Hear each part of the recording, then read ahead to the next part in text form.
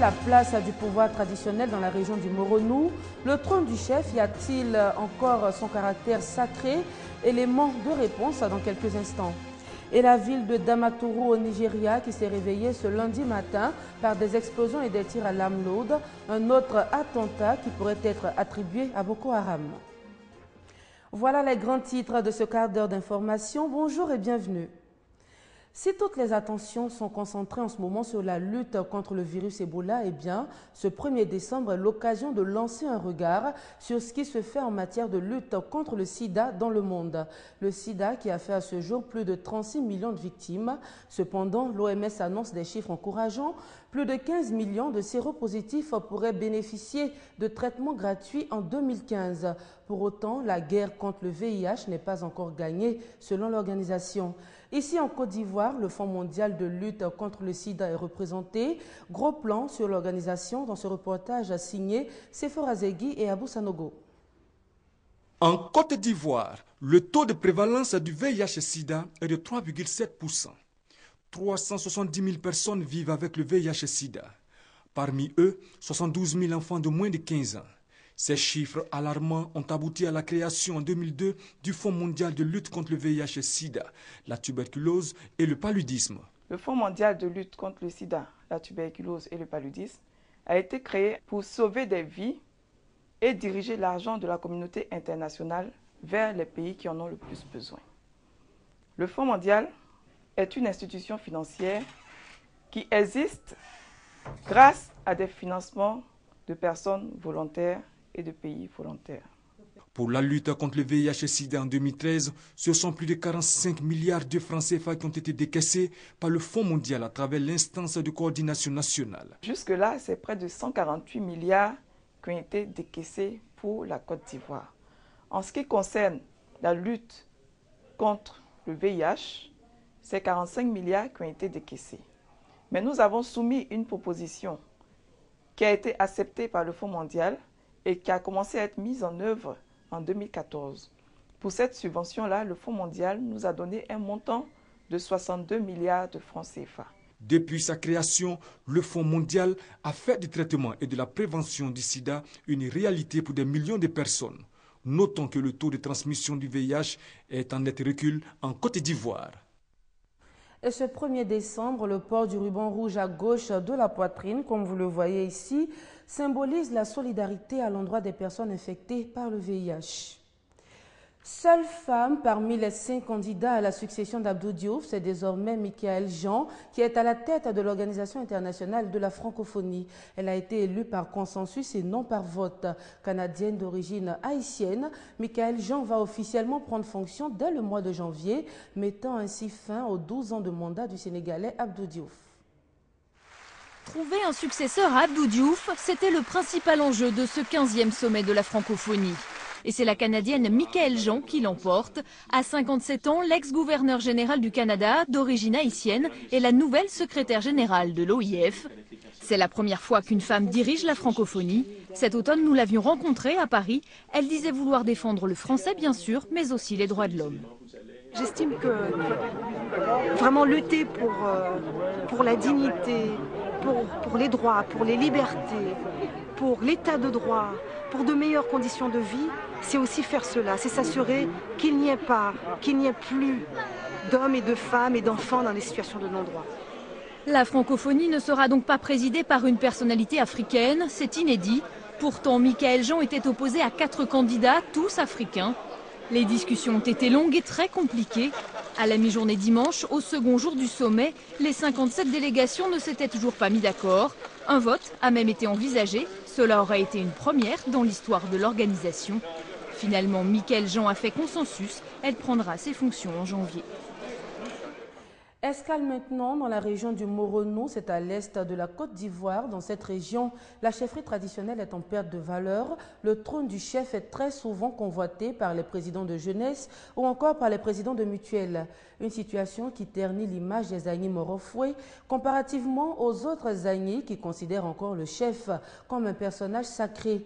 Quelle est donc aujourd'hui la place du pouvoir traditionnel dans la région du Moronou? Élément de réponse dans ce dossier proposé par Charles Tatou de RTI Boaké.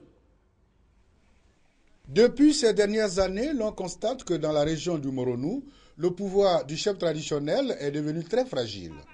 Certains chefs n'ont plus la même mise sur leur population. D'autres voient leur siège convoité par les jeunes qui cherchent même à les évincer. C'est malheureusement une réalité. La plupart des présidents des jeunes aujourd'hui dans les villages veulent se substituer au chef. La loi nous dit, ne faites pas ça, même votre fils, ne le battez pas. Donc, avant, le chef du village avait le caractère, il a dit, celui-là, il ne me respecte pas, frappez-le, on peut le frapper. Mais aujourd'hui, là, si tu le frappes, il va te traduire à la justice. Ce qui fait que les chefs du village, leur caractère de gouvernance n'est pas aussi comme avant nos parents l'ont fait. Et ça joue beaucoup sur nous. Par le passé, dans un village, il y avait un jour dans la semaine où la population travaillait pour le chef. Et en contrepartie, il reversait, j'allais dire, les dividendes à la population. Ça renforçait son autorité. Aujourd'hui, ce n'est plus le cas. Et en plus de cela, il y a l'aspect politique. Parce qu'il faut dire aujourd'hui, les chefs de village affichent trop facilement leur appartenance. La situation va de mal en pis. Ce que nous, autorités, nous avons constaté, il y a un déficit d'information au niveau de la connaissance des us et coutumes, au niveau donc de l'application des lois et règlements de l'État. Pourtant, le gouvernement vient de doter les rois et chefs traditionnels d'un statut légal. Comment faire donc pour que les chefs de village de son territoire de compétences affrontent les nouveaux défis qui les attendent? C'est la préoccupation majeure du chef de la tribu Ngatia, Nana Eroa Tewa. Il est l'initiateur de la rencontre de renforcement des capacités des chefs traditionnels et leurs notables à Kinimokro. Nous voulons nous inscrire dans une démarche participative. Après le rappel des chefs, on puisse continuer l'exercice et aller jusqu'aux autres organisations qui sont dans les villages. Les mutuelles de développement, les associations de jeunes, les associations de femmes, que nous voulons aussi rencontrer pour leur expliquer leur part dans la gestion de nos villages. Deux communications pour permettre aux têtes couronnées d'avoir les pieds dans la tradition et la tête dans la modernité. Le premier communicateur, le professeur Simon-Pierre Ekanzan, a fait revivre le passé du peuple Agni Morofoué. Toutefois, il a rappelé que le pouvoir traditionnel est transmis par les puissances surnaturelles à un héritier. Le chef en pays Agni est donc un personnage sacré. Et son pouvoir repose sur la capacité à fournir à la société une assistance spirituelle et matérielle.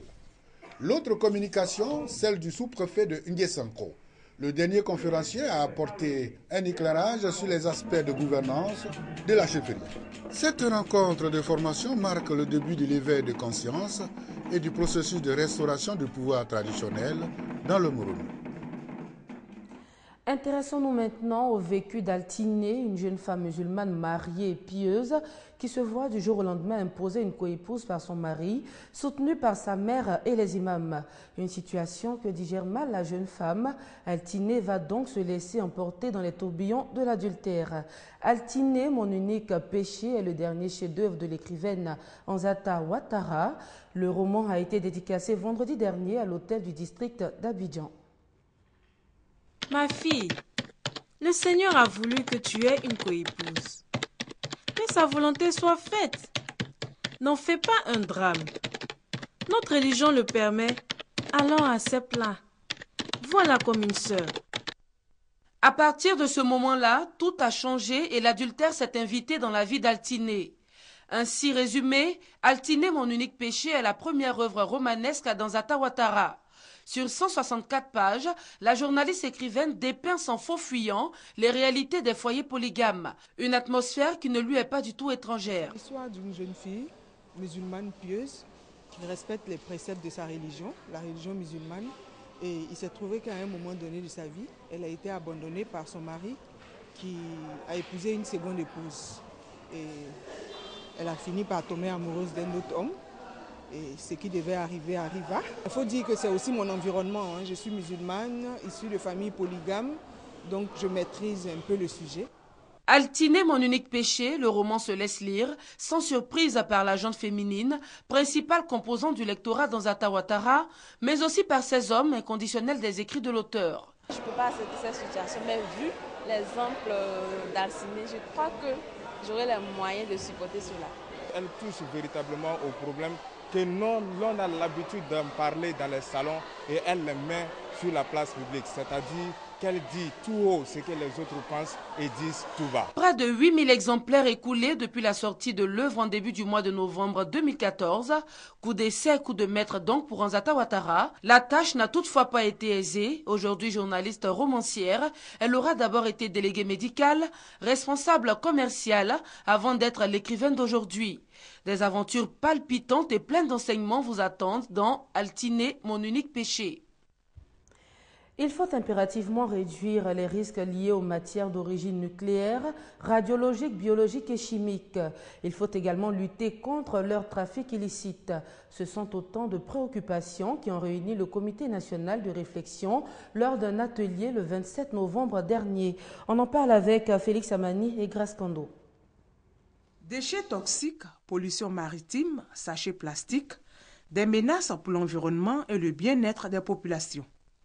Pour réduire les risques liés à ces matières radiologiques, biologiques et chimiques, un atelier d'élaboration de plans d'action se tient. Nous observons l'émergence de nouvelles crises à travers le monde qui sont liées à l'utilisation de matières d'origine NRBC à des fins de destruction.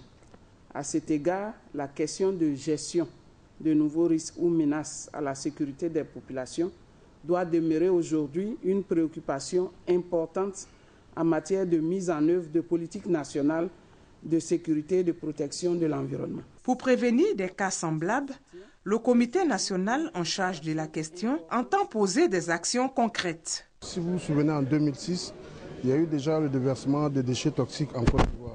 Donc l'initiative vise à réduire les risques liés aux matières et déchets d'origine radiologique, nucléaire, chimique et biologique, ainsi que la lutte contre le trafic illicite de dites matières en Côte d'Ivoire. Au terme de 2 jours de travaux qui constituent la dernière séance de révision du plan d'action national 2015, le ministère de l'Environnement, de la Salubrité urbaine et du Développement durable et le Comité national vont dégager des stratégies de lutte contre les menaces et risques liés à l'environnement. Enfin, au Nigeria, les populations de Damaturu ont été réveillées ce lundi matin par des explosions et des tirs à l'arme lourde. L'attaque dans cette ville du nord-est du Nigeria visait la police et pourrait être attribuée au groupe islamiste Boko Haram. Et je rappelle avant de conclure que ce lundi 1er décembre marque la journée mondiale de lutte contre le sida. C'est ici que se termine ce 12h30. D'autres informations vous seront proposées à 19h30. Je vous souhaite une très bonne semaine. Au revoir.